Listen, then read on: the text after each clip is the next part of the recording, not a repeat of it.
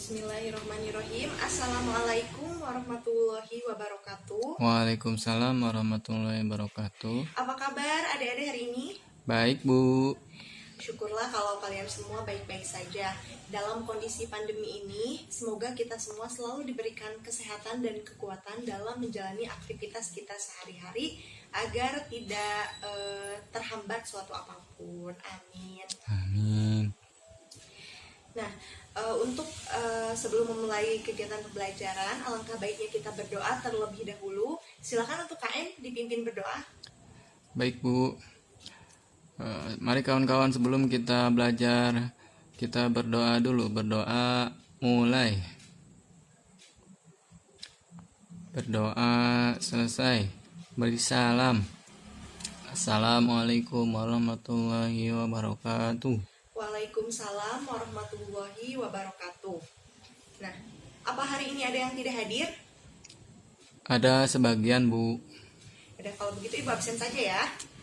Ya, Bu. Azka, Hadir. Arfi, Hadir. Irma. Nggak hadir, Bu. Loh, kenapa Irma tidak hadir? Nggak ada keterangan, kayaknya apa, Bu? Udah, berarti apa ya? Sisi. Hadir.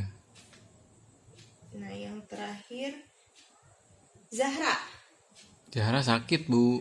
Oh, Zahra sakit. Ada suratnya? Ada, Bu. Baik. Berarti dari 30 siswa, 2 orang yang tidak hadir ya. Iya, Bu. Nah, baik anak-anak, hari ini kita akan belajar bahasa Indonesia. Nah, sebelum ke materi, Ibu akan menyampaikan kompetensi dasar dan juga tujuan pembelajaran kita hari ini. Nah, untuk materi pembelajaran kita hari ini adalah cerita rakyat. Nah, untuk kompetensi dasarnya, yang pertama, mengidentifikasi nilai-nilai dan isi yang terkandung dalam cerita rakyat, baik lisan maupun tulisan. Kedua, menceritakan kembali isi cerita rakyat yang didengar dan dibaca. Kemudian untuk tujuan pembelajarannya, yang pertama, mampu mengidentifikasi isi pokok cerita rakyat dengan bahasa sendiri. Yang kedua, mampu mengidentifikasi karakteristik cerita rakyat. Yang ketiga, mampu mengidentifikasi nilai-nilai yang terkandung dalam cerita rakyat. Dan yang terakhir, mampu menceritakan kembali cerita rakyat yang didengar dan dibaca. Nah, itu ya untuk kompetensi dasar dan juga tujuan pembelajaran yang harus kalian ketahui dalam pembelajaran kita hari ini. Nah, seperti tadi yang sudah Ibu bilang, materi kita hari ini adalah cerita rakyat. Nah,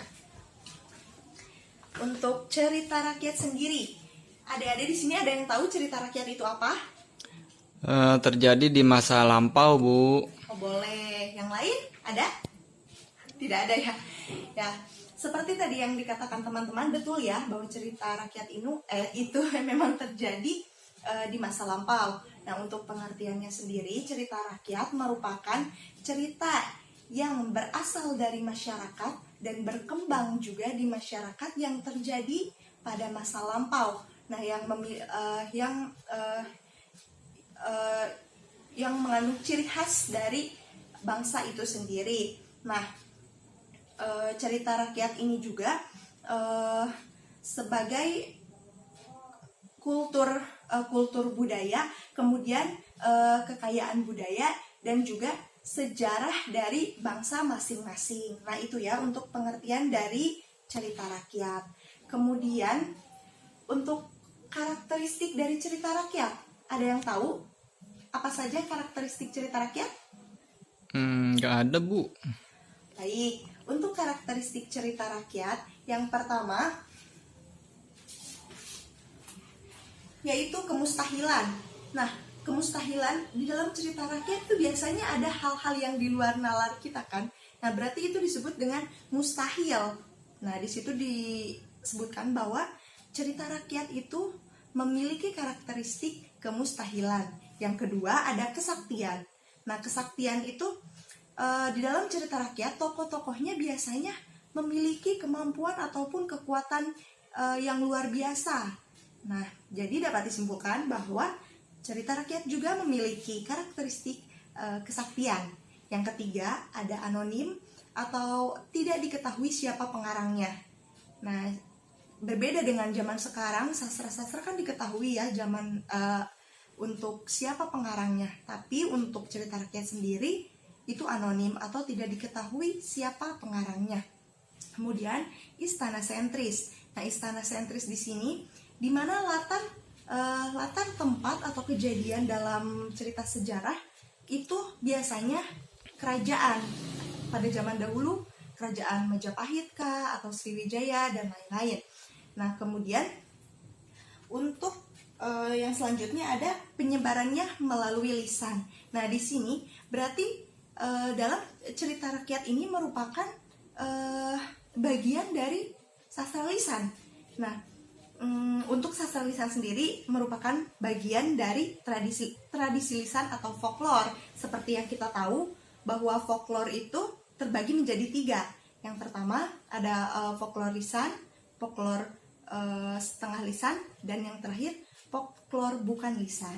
Nah, di sini cerita rakyat termasuk ke dalam folklore yang lisan atau penyebarannya itu dari mulut ke mulut secara turun-temurun.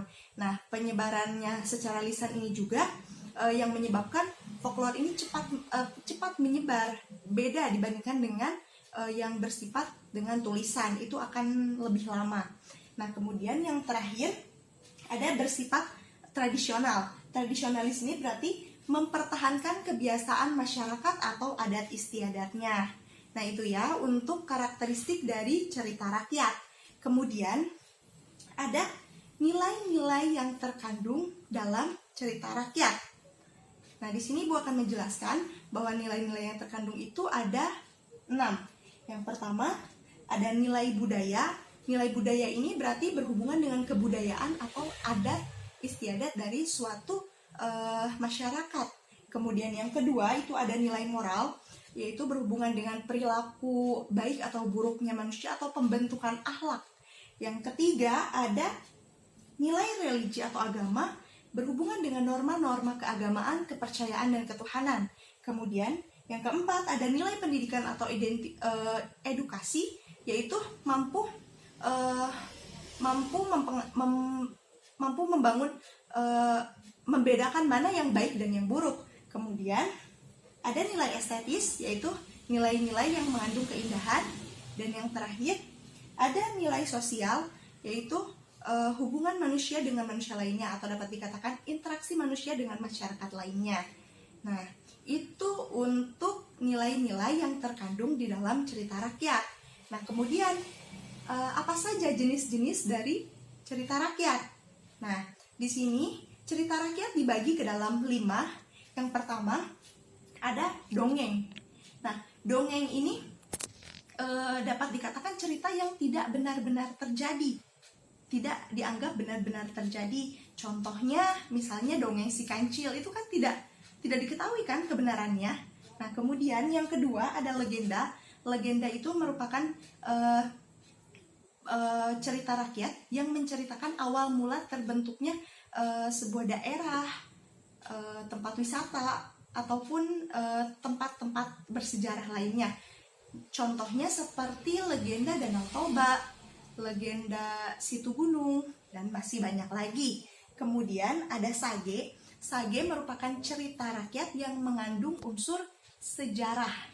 Nah, contohnya seperti Ken Dedes dan Ken Arok. Itu kan mengandung banyak sekali nilai sejarahnya ya. Kemudian ada epos. Epos ini menceritakan suatu cerita rakyat yang menceritakan yang mengandung unsur kepahlawanan. Contohnya seperti Si Pitung. Nah, itu untuk jenis-jenisnya. Oh ya, satu lagi ada mitos atau mite.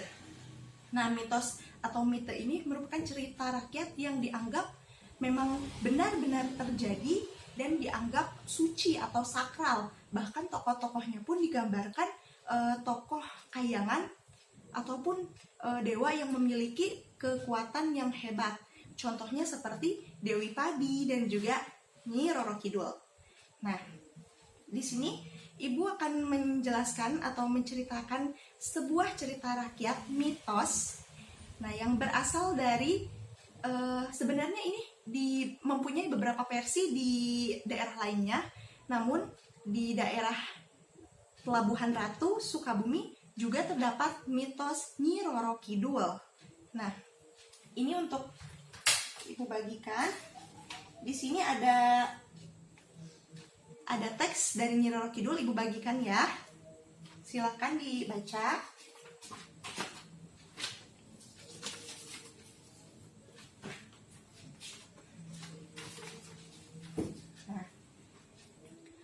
Nah, tapi sebelumnya Ibu akan menjelaskan sekilas mengenai cerita Nyi Roro Kidul. Nah, cerita ini kan penyebarannya berdasarkan lisan atau dari mulut ke mulut secara turun-temurun.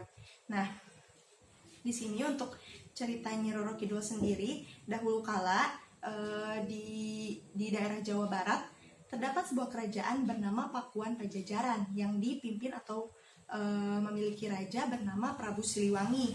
Nah, Prabu Siliwangi di sini digambarkan memiliki kepribadian yang bijaksana. Dia dapat membawa rakyat ke dalam kesejahteraan. Nah, Prabu Siliwangi juga mempunyai istri atau ratu dan juga seorang anak bernama Dewi Kandita.